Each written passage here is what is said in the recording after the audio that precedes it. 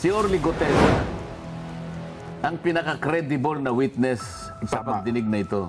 Si Gutesa, mas credible kaysa sa marami dito sa ating kapulungan. Gutesa ay mas matapang kaysa sa karamihan natin dito sa kapulungan ito. Hindi nga mapigilan ni Senador Rodante Marcoleta ang banatan si Senador Ping Lacson dahil sa inililihis na nito ng tuluyan ang investigasyon sa anomalya sa flood control. Imbes kasi na tumbukin at pananagutin ang mastermind ni si dating Speaker Martin Romualdez, ay ang pangunahing testigo na si Sergeant Gutesa ang hinahabol at pinakakasuhan dahil sa pagbunyag nito sa mga pinakapuno ng pagnanakaw sa Kabanang Bayan. Obvious di umano na pinagtatakpan ni Ping Lacson at Tito Soto si Romualdez at tanong ng taong bayan, magkano ang kapalit nito? Seryoso silang i-discredit si Gutesa. Hanggat maaari lang, siguro sa susunod na pagdinig, huwag na itong lumutang eh. Kasi hindi na rin matagpuan ngayon at hindi na malaman kung saan nila hahanapin. Diyan mo makikita ang kahalagahan ng testimony ni Gutesa. Ayun, oho. Kung naalala mo, nung nag-deliver ako ng privilege speech sa plenary, sabi ko, si Orly Gutesa, ang pinaka-credible na witness sa pagdinig na ito. Ang totoo niyan, sabi ko, sa aking palagay, si Gutesa mas credible kaysa sa marami dito sa ating kapulungan. Opo. Sinabi ko yun. Opo, napanood ko po yun. At sa aking palagay, si Gutesa ay mas matapang kaysa sa karamihan natin dito sa kapulungan ito. Oho. Kaya ganun na lang ang ginagawa nila. Kung makikita mo, lahat ay nagsisikap. Itong mga taong ito, nagsama-sama sila para sa ganon, i-discredit nila. Dahil dito sila natakot eh. Sabi ko nga sa'yo, napaka-credible ng kanyang testimony. Opo. Imbes na ipatawag yung mga taong binanggit niya, halimbawa, binanggit niya si Congressman Eric Yap. Opo. Nakita niya siya nagdala ng pera ron Tinawag ba si Eric Yap? Hindi tinawag eh. Hindi ba pinakamaganda ron tatawagin mo para kung gusto mong baliwalain, i-discredit si Gutesa, paharapin mo si Eric Yap, siya mismo magsasabing hindi po totoo yan. O iharap mo.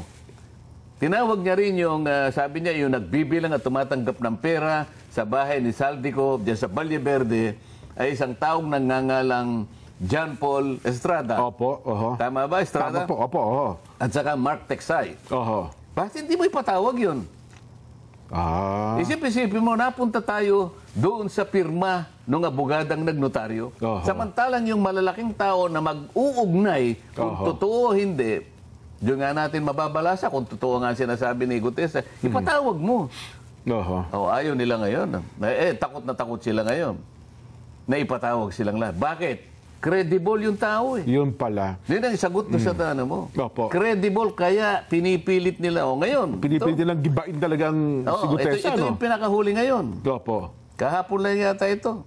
Pinilit lang ako ni Defensor at ni Marcoleta. Isipin mo. Para gibain. Kasi talagang matindi yung kanyang matindi ang kanyang pahayag at very credible. He has nothing to gain. He has everything to lose. Kaya palang sabi, hindi rin matagpuan. Kung ako naman si Gutesa, matapos ang aking statement binantaan siya magtatago din talaga ako. May gusto siyang puntahan siguro. Puntahan siya para siguro takutin, para sa ganun o kaya, operan siguro. Lahat gagawin nila para sa ganun ay yung kanyang testimony ay mabaliwala. May mantakin nyo, mismong tagapagsalita. Sabihin yung buong pamunuan ng Philippine Navy na nasa sa ilalim po niya ang Philippine Marines, abay nagpa-press con pa para lamang sabihin hindi namin kinukupkup itong si Gutesa. Sapagkat parang 2021 pa yata na ito ay retiro at wala na po kaming kaugnayan, anumang kaugnayan dito kay Gutesa. Yun po. Harinawa. Ganun ang lumabas na katotohanan. Pero, ang alam ko, base na rin sa pagsasalita ni Mike Defensor, mga katropa niya sa Marines. Hindi naman niya sinabing mismong opisyalis ng kasalukuyang Ang pamunuan ng Philippine Marines. Philippine Marines. Opo. Talaga naman, mukhang ganun nga po ang mangyayari dyan. So, yun pala. Ngayon natin naunawaan at sana nare-realize din ng ating mga taga-subaybay sen. Kaya ko po pinabigyan ng emphasis sa inyo para ma-realize nila, ganun pala. Kaya pala ganun ang tindi ng pagsira sa kredibilidad nitong si Gutesa. Damaging pala. Ito ang pinakamabigat. Opo. Na pahayag na nangyari sa pagdinig ng Blue Ribbon Committee. Kaya lahat ng bala ay pinipilit na ituon kay Orly Gutesa. Para sirain. Para sa ganun, pahinain yung inilabas niya na pagsasalaysay sa Blue Ribbon Committee. Sa anumang paraan. At ang paraan na ginamit nila ay puro kasinungalingan. At meron pang lumutang na hinuha. Naku, yan anya, 30 minuto bago yung aming pagdinig, dumaan sa opisina ni Senador Marcoleta, kitang-kita namin sa CCTV. Parang napakalaki yan yung parang ang dating. Naku, tinuruan yan. Kaya, parang ganun po ang gustong ipinta sa isip ng tao, sen eh. Ganun nga ang kanilang patakaran eh. Oho. Para bang kasalanan ba, krimen ba, na yung tao ay pumunta sa opisina ng senador. May usapan nga kami. Di ba? Nauna ko nang sinabi yun at ipinahayag na. Sabi ko, sige, hindi kita kilala. Ngunit kung talagang tama yung sinasabi mo dito sa salaysay mong ito, una, panotaryo mo. Sana para ganap kong mapaniwala na talagang yun ay sarili ko lang naman dyan. Ano? Opo. Kesa naman sa parang wala man lang notaryo. Alam mo naman sa natin. Abogado, sa practice niya po yan. Notaryado yan. At least, yung draft mo ay na-convert into a public document. Opo, may kumpiyansa. Ngayon, kung halimbawa mapatunayan nila na hindi nga siya nakapirma, anong magiging problema doon? Kung halimbawa, hindi siya, pero meron kang pinapirma, ang problema ninyong dalawa, yung pumirma at saka yung nagpapirma. Tama. Hindi ba? Pero yung kanyang testimony, hindi nawawala ng bisa yun. Sapagkat humarap ka eh. Opo. Nanumpa ka din sa kanila eh. Yun ang usapan dyan. Yun pala. Pati ho yung lugar na pinagkitaan nyo eh, pati restaurant eh. Pinayata yung mga video footages eh. Para bang merong, is there something surreptitious? Oo. O halimbawa, sabi ko sa kanya, okay, panotary mo yan at kung talagang buo ang loob mo, nakapag-isip kang mabuti, di pumunta ka ako sa Senado bago alas 9. Ayan, Dahil sa mag-uumpisa ka ako ang Blue Ribbon Committee hearing ng alas 9. So ngayon, dahil yun ang usapan namin, ako naman, nagbabakasakali, baka nga dumating, sabi ko sa isang staff, merong isang tao na gustong tumestigo, ganito yung pangalan niya.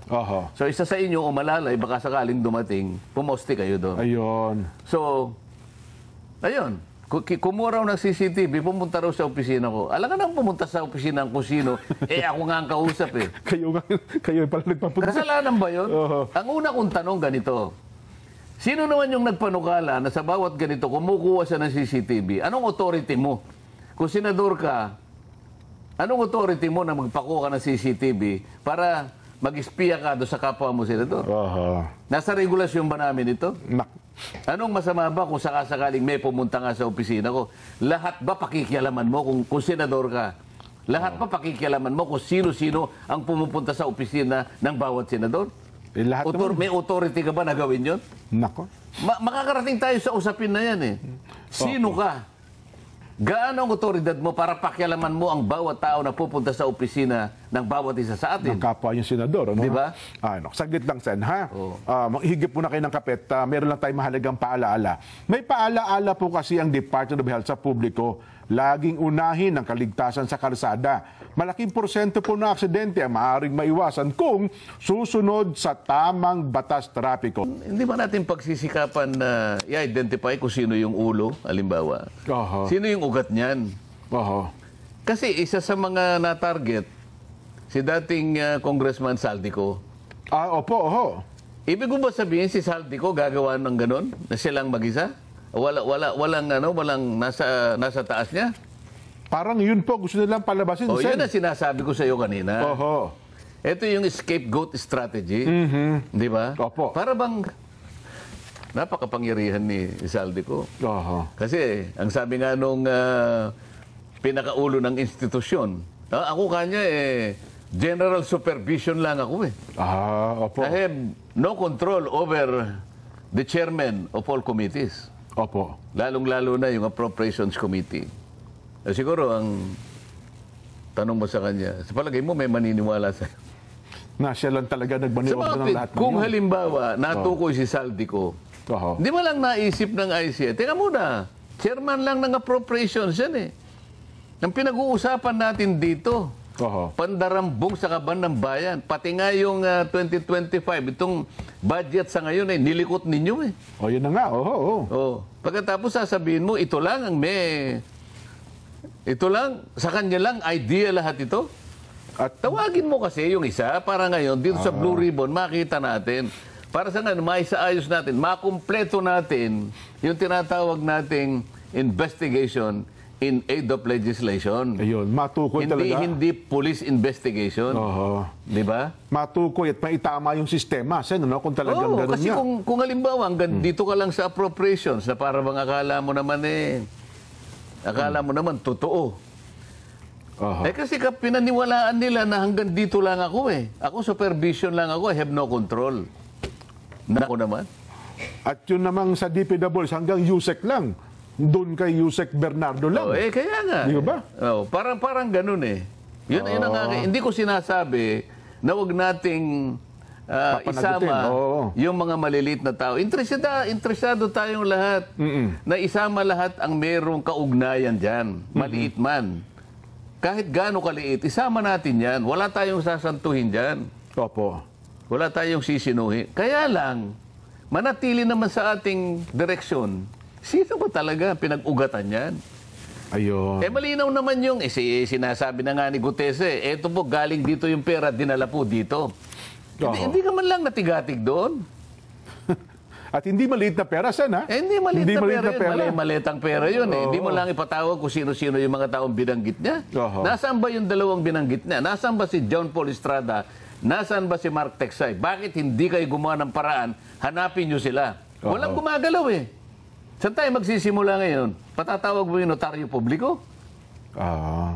Hindi, siguro kaya wala pinapatawag kasi 14 pa yata ang balik ng Blue Ribbon, Sen. Kasi bigla kayong nagpahinga, di Yun ba? pa nga eh. Buti nasabi mo yan. Bakit? Kung talagang gusto nating wag tayong maglilikat dito. Bakit? Yung budget naman kahit nakabakasyon kami. Oo nga pala, no? Naghihiring kayo. Hindi ba, sumasama rin ako dyan hanggat kaya kong puntahan. Sumasama ako sa pagdinig ng budget natin. Ibig ba sabihin, yung sa budget na kapag dinig kami, yung Blue Ribbon, ibig sabihin, magpapakabakasyon kami hanggang gusto namin. Oho. Makakapamili ba kami ng halos isang buwan, walang nangyari, samantalang yung budget hearing? Every week meron kami. Opo, napapanood namin. Hindi nyo napansin, Araw-araw bakit na lang inihinto? Oho. Bakit meron pang nag-resign na chairman? Oho. Pagkatapos sasabihin niya lang na kukunin niya uli. Dahil nga gusto lang nilang ihinto ng ganun. Baka sakaling may magawa sila na mapagtakpan ng napakaraming mga bagay. Napansin niyo ba, mga kababayan? Kailangan maging maliksi po kayo ngayon. Huwag po kayong kukurap. Bawal ang kumurap ba ngayon? Kurap ang ibig ko sabihin sa mata. Kasi pag kurap po ninyo, baka iba po yung makita nyo. Blink pala yung tinutuyo. Kala ko yung kurap na. Huwag po kayong kukurap. Isa sa Ayan. mata po. Ibig lang sabihin ay talagang maging mapagbantay kayo. Maging vigilant kayo. Oho. Ayun. Mukhang Sen, well, sa pagpasok po ni Ombudsman Boying Rimulya, ang nangyari ni halos araw-araw po, may press ko na ang Ombudsman. Sabi nga nung ilang mga tumitingin, isang Ombudsman na sikreto dati, tahimik, at ngayon po naman ay daily